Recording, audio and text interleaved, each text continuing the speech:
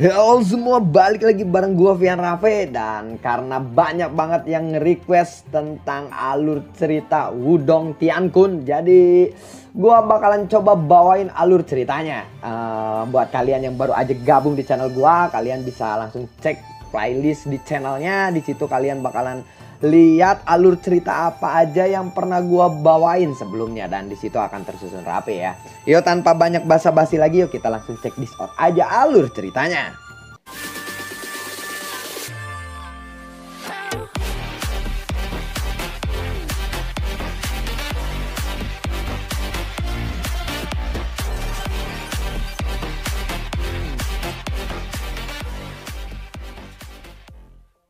Di episode sebelumnya, Lingdong yang sedang menyaksikan pertempuran antara sekte pedang kuno dan binatang iblis keran naga kuno, dia lalu berkata, "Aku ingin tahu siapa yang lebih kuat antara sekte pedang kuno atau keran naga kuno," ucap dari Lingdong. Segera setelah itu dia tiba-tiba menoleh dan melihat ke sekelilingnya. Samar-samar dia bisa melihat beberapa sosok yang bergegas menuju area ini. Jelas energi di sini terlalu besar dan telah menarik semua praktisi gurun kuno di sekitarnya. Sepertinya ini akan semakin seru, ucap dari Lingdong. Lingdong lalu membungkuk di puncak gunung dan melihat sekelilingnya. Dia menemukan bahwa jumlah orang yang tertarik oleh gangguan ini tidak sedikit. Namun tidak ada tanda-tanda mereka akan maju dan melangkah untuk membantu. Setelah Lingdong menyaksikan pemandangan ini, dia langsung mendapatkan kesimpulan. Sepertinya sekte pedang kuno tidak terlalu disukai. Buar, buar, buar. Tinju keran naga kuno sekali lagi dengan marah menghantam pedang batu. Kekuatan yang menakutkan secara langsung menekan udara menjadi meriam udara yang berukuran sekitar 3 meter. Meriam udara itu dengan kejam mendarat di sekte pedang kuno, langsung menyebabkan banyak bangunan runtuh seketika. Bar, buah, buah, buah, buah, dan itu buar. Pedang batu dengan kejam menebasnya. Kekuatan yang terkumpul dari sekte pedang kuno di pedang batu jelas sangat kuat. Saat menghadapi serangan ini, keran naga kuno sebenarnya dipaksa untuk mundur beberapa langkah. Pemimpin sekte senior, cukup banyak Yuan Power murid kita akan habis saat ini, ucap tetua berambut abu-abu.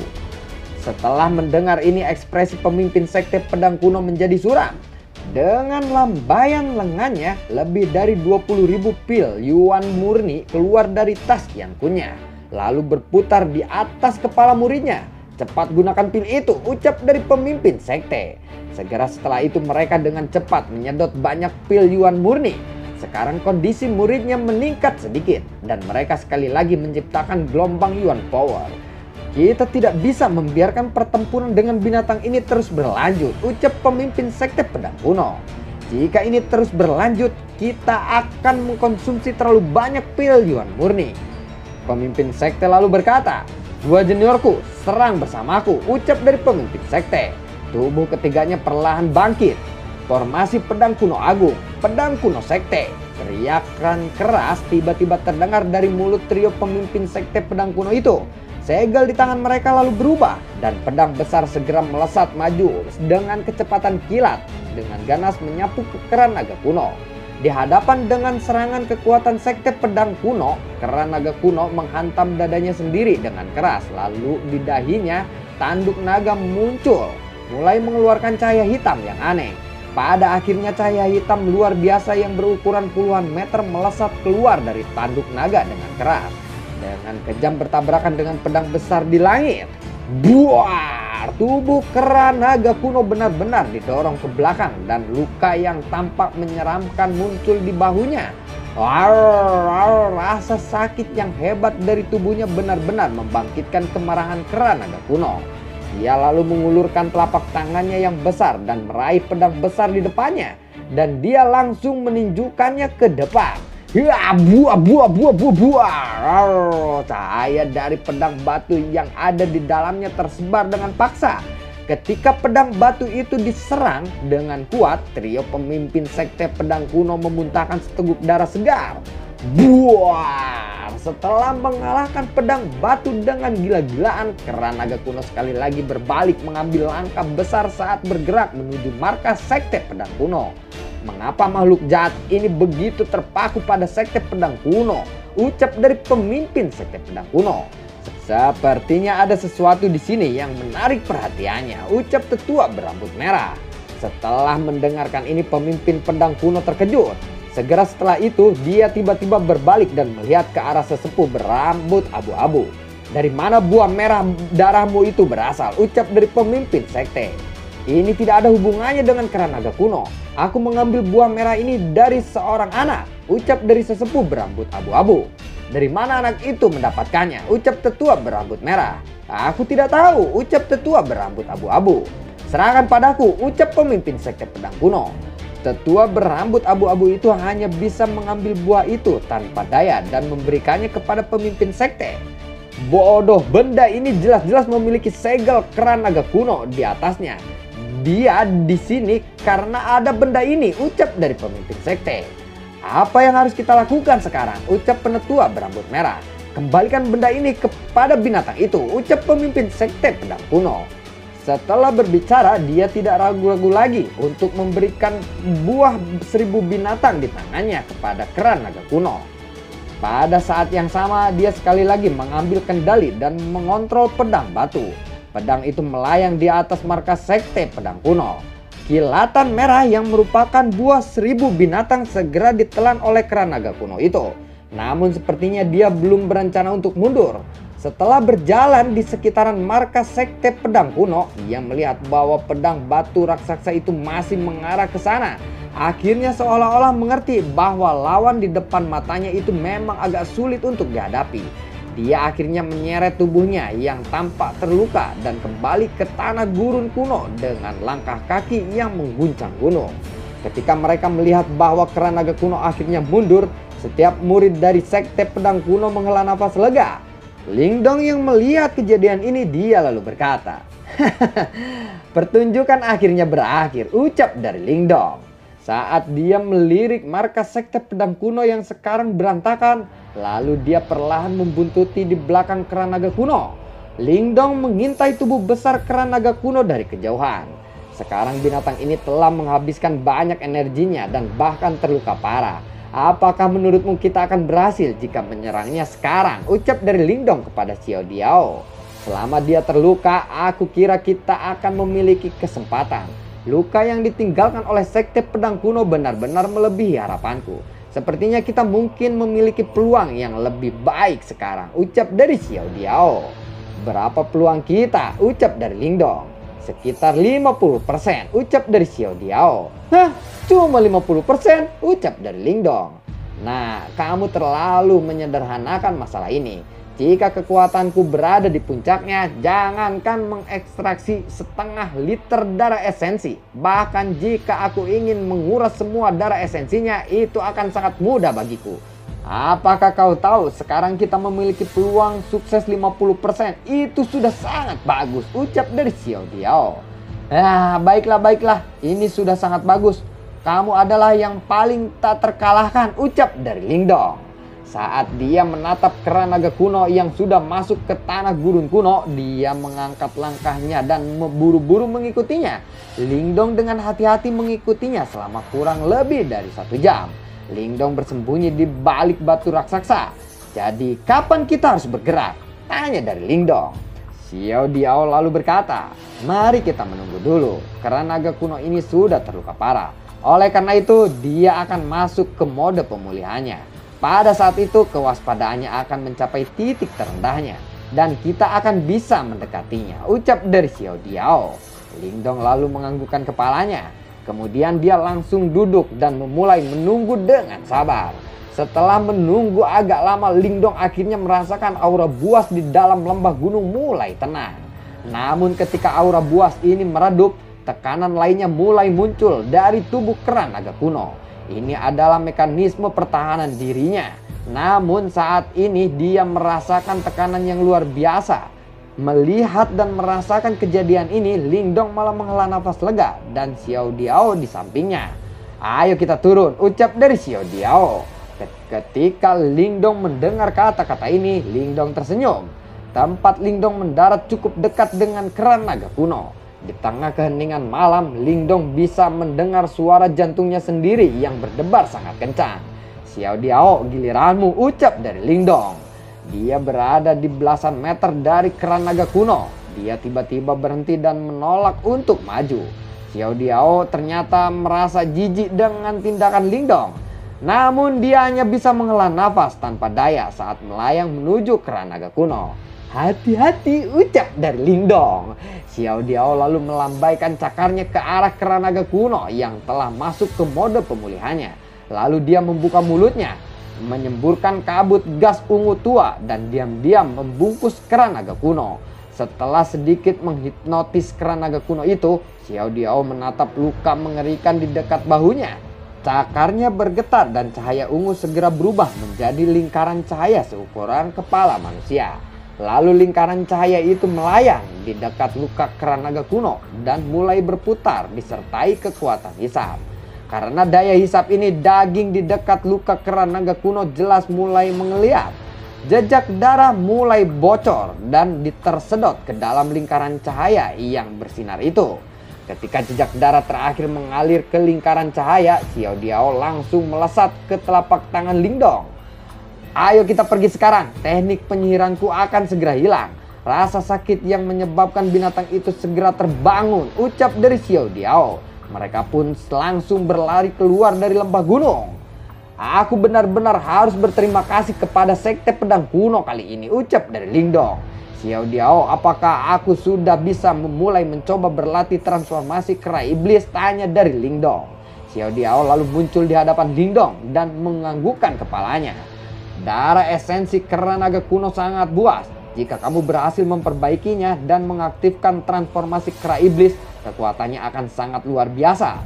Namun jika kamu gagal, kamu akan kehilangan kesadaran," ucap dari Xiao Diao. "Jangan khawatir, aku tahu itu," ucap dari Lingdong.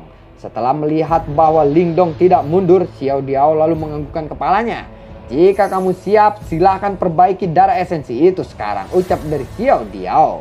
Lingdong lalu menarik nafas dalam-dalam. Matanya terpaku pada darah esensi keran naga di depannya. Beberapa saat kemudian dia membuka mulutnya dan langsung menghisap darah esensi keran naga itu. Darah esensi keran naga mengamuk dan menyebar dari tubuh Lingdong, sementara matanya berubah menjadi merah darah dalam sekejap. "Darah esensi yang menakutkan," ucap dari Lingdong. Segera setelah itu, dengan jentikan pikirannya, gelombang Yuan petir matahari agung berwarna emas menyembur keluar dari Yuan Dan di dalam dantiannya, mengalir seperti gelombang menuju darah esensi keran naga dan membungkusnya. Ketika darah esensi Yuan petir matahari agung dan keran naga melakukan kontak, gelombang kabut putih meletus. Yuan power langsung menguap dengan cepat. Namun kebiadaban dalam darah esensi keran naga masih tidak melemah sedikit pun. Darah esensi ini memang sangat sulit untuk dihadapi, ucap dari Lingdong.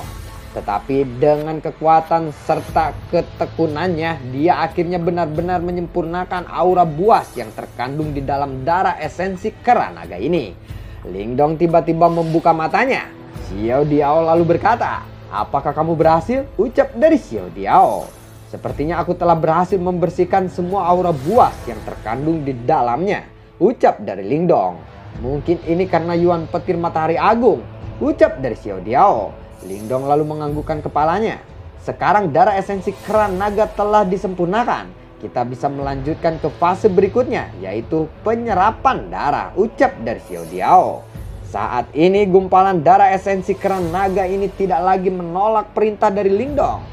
Oleh karena itu, dengan sekejap pikirannya, darah esensi kera itu segera melayang keluar dan dantiannya berubah menjadi benang darah yang terbang menuju setiap pembuluh darah di tubuh Lingdong.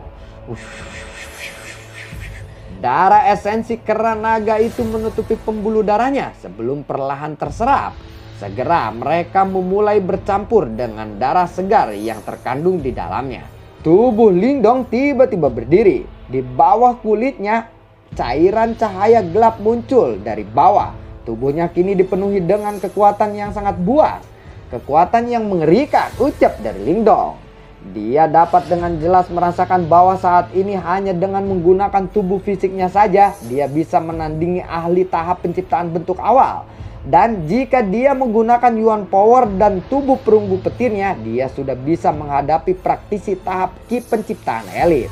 Tidak jauh dari mana Lingdong berada, penetua berambut abu-abu duduk dengan tenang. Tiba-tiba ekspresi wajahnya berubah saat dia mendengar suara yang terdengar akrab. Penetua berambut abu-abu itu secepat kilat menuju sumber suara, dan dia pun merasakan senang setelah melihat satu sosok di depannya. Akhirnya aku menemukanmu di sini, ucap penetua berambut abu-abu itu. Ketika Lingdong melihat bahwa orang tua ini segera melayang setelah dia menemukannya, Lingdong malah mengambil langkah untuk maju. Kemudian cahaya hitam dan emas melintas di telapak tangannya dan membesar. Lalu dia dengan cepat menyerang. Buar! Ledakan terjadi. Batu besar dalam radius 10 meter di sekitarnya segera meletus menjadi debu. Meskipun Lingdong sedang menghadapi serangan hebat dari ahli tahap Ki penciptaan awal, Lingdong tidak mundur sama sekali. Kekuatan mengerikan yang menyembur keluar dari tinjunya menyebabkan penetua berambut abu-abu itu terpental ke belakang. Bagaimana mungkin, ucap penetua berambut abu-abu itu. Bajingan tua, kamu tidak akan sanggup untuk membunuhku kali ini, ucap dari Lingdong. Bajingan kecil, kekuatanmu itu bukan sesuatu yang bisa dibanggakan. Pasti ada batas waktu untuk jenis seni bela diri yang meningkatkan tubuh ini. Begitu waktumu habis, aku pasti akan membantaimu dengan mudah, ucap tetua berambut abu-abu itu. Lingdong lalu mengeluarkan tombak surgawi kunonya. Cahaya keemasan samar-samar berkedip di dalam tombak itu. Harta karun jiwa yang lumayan bagus. Setelah kamu mati, aku akan membantumu menyimpannya, ucap penetua berambut abu-abu itu sambil tertawa. Tanpa basa-basi lagi, Lingdong mengambil 2 langkah ke depan dan dia dengan cepat menusukkan tombak kuno di tangannya ke arah Guyan.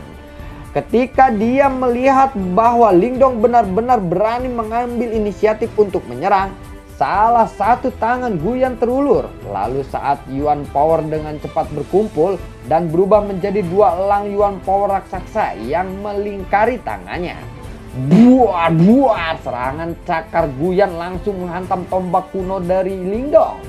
Guyan dengan kejam menembakkan serangan cakarnya. Lalu kekuatannya yang melonjak di belakang tinjunya langsung membuat Lingdong mundur beberapa langkah.